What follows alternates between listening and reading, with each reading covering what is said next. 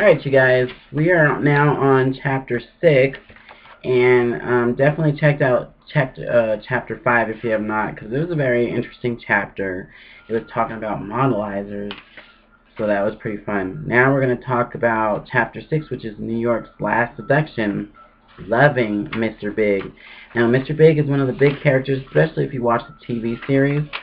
He's one of the big characters that Carrie falls in love with, so definitely check that out if you would like to do so. You can even check the videos out on YouTube, I'm sure. Just type in Sex and the City full episode, and I'm sure you'll find some.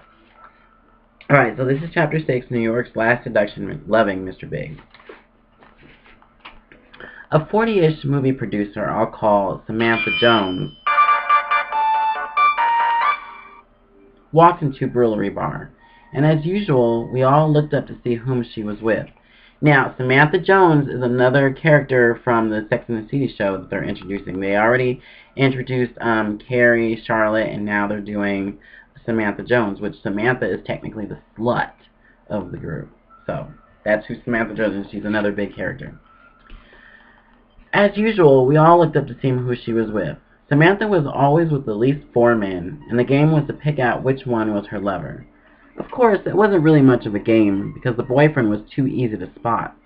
Invariably, he was the youngest and good-looking in that B-Hollywood actor kind of way, and he would sit there with a joyously stupid expression on his face, if he had just met Sam, or a bored, stupid look on his face, if he had been out with her a few times. If he had, it would be beginning to dawn on him that no one at the table was going to talk to him. Why should they? When was he going to be in the history in 2 weeks?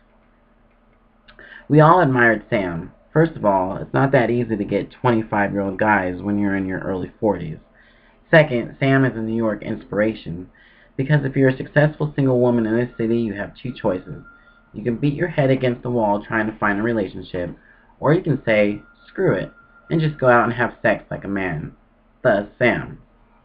This is a real question for women in New York these days. For the first time in Manhattan history, many women in their 30s to early 40s have as much power and money as men, or at least enough to feel like they don't need a man, except for sex. While this paradox is the topic of many an analytic hour, recently my friend Carrie, a journalist in her mid-30s, decided, as a group of us were having tea at the Mayfair Hotel, to try it out in the real world. To give up on love, as it were, and throttle up on power, in order to find contentment. And, as we'll see, it worked. Sort of. This is Testosterone Women, Foolish Men. I think I'm turning into a man, said Carrie. She lit up her 20th cigarette of the day, and when a maître d'hôtel ran over and told her to put it out, she said, "Why? I wouldn't dream of offending anyone." Then she put the cigarette out on the carpet. "You remember when I slept with that guy, Drew?" she asked. We all nodded. We were all relieved when she had, because she hadn't had sex for months before that. Well, afterwards, I didn't feel a thing. I was like, gotta go to work, baby. Keep in touch. I completely forgot about him after that. Well, why the hell should you feel anything? Magna asked. Men don't. I don't feel anything after I have sex. Oh, sure, I'd like to, but what's the point? We all sat back smugly, sipping tea like we were members of some special club. We were hard and proud of it, and it hadn't been easy to get to this point. This place of complete independence, where we had the luxury of treating men like sex objects.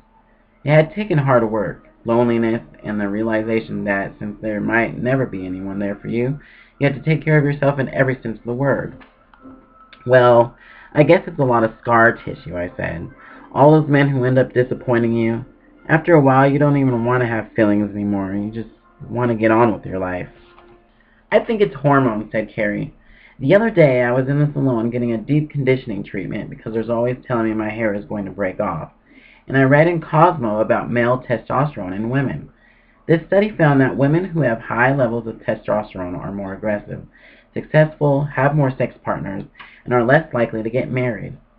There was something incredibly comforting about this information. It made you feel like you weren't a freak. The trick is getting the men to cooperate, said Charlotte.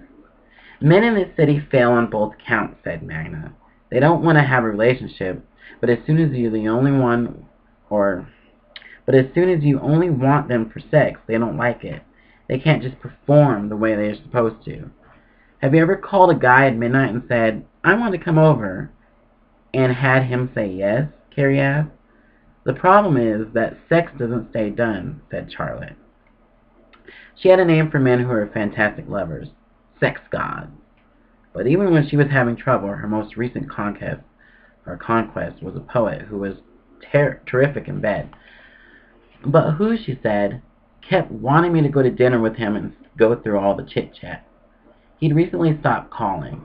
He wanted to read me his poetry, and I wouldn't let him. There's a thin line between attraction and repulsion, she continued, and usually the repulsion starts when they begin wanting you to treat them as people instead of sex toys. I asked if there was realistically any way to pull off this whole woman having sex like men thing. You've got to be a real bitch, said Charlotte.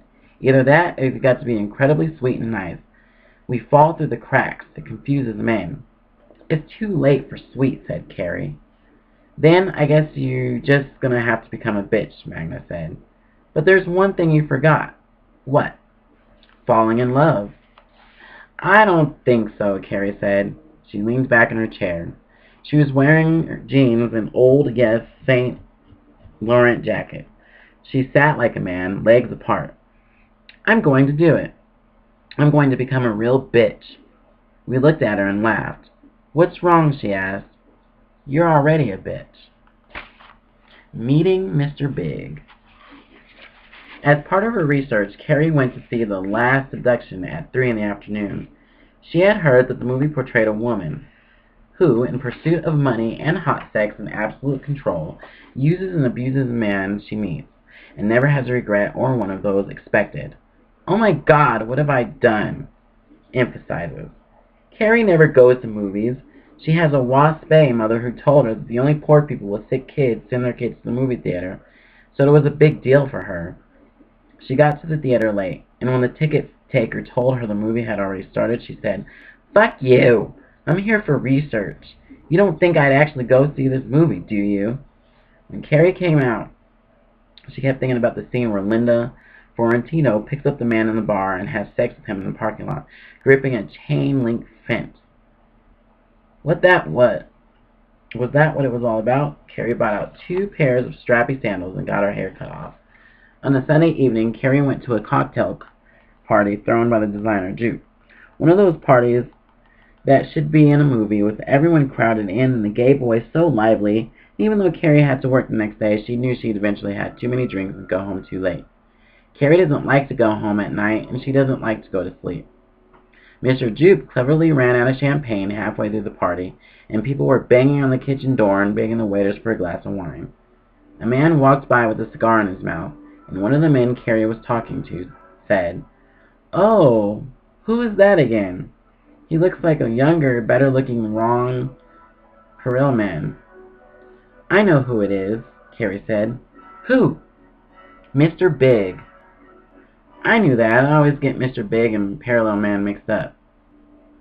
How much will you give me? Carrie asked. How much will you give me if I go over there and talk to him? She does this new thing she's doing now with her short hair. She fluffs it up while the boys look at her and laugh. You're crazy, they say.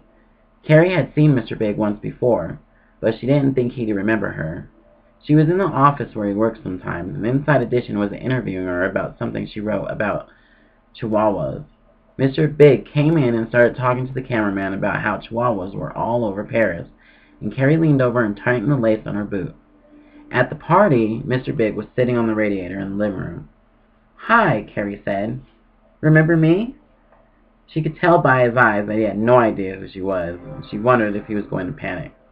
He twirled the cigar around the inside of his lips and took it out of his mouth. He looked away to flick his ash, then looked back at her. Abso-fucking-lutely. Another Mr. Big at Elaine's. Carrie didn't run into Mr. Big again for several days. In the meantime, something was definitely happening. She bumped into a writer friend she hadn't seen for 2 months, and he said, What's going on with you? You look completely different. I do? You look like Heather Locklear. Did you get your teeth fixed? Then she was at Elaine's, and a big writer, a big one, someone never met, gave her the finger and then sat down next to her and said, "You're not as tough as you think you are." Excuse me? You walk around like you're so fucking great in bed.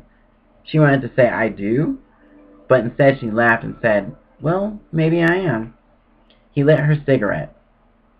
"If I wanted to have an affair with you, it would have to last a long time. I wouldn't want a one-night stand." "Well, baby," she said, "you've got the wrong girl." Then she went to a party after one of those Peggy Segal movie openings and ran into a big movie producer, another big one, and he gave her a ride in his car to Brewery Bar. But Mr. Big was there. Mr. Big slid into the banquet next to her. Their sides were touching. Mr. Big said, "So, what have you been doing lately, besides going out every night?" "Yeah, what do you do for work?" "This is my work," she said. "I'm researching a story for a friend of mine about women who have sex like men. You know, they have sex afterwards and then they feel nothing." Mr. Big eyed her. "But you're not like that," he said. "Aren't you?" she asked. "Not a drop. Not even half a drop," he said. Carrie looked at Mr. Big. "What's wrong with you?" "Oh, I get it," said Mr. Big. "You've never been in love." "Oh, yeah?" "Yeah. And you have?"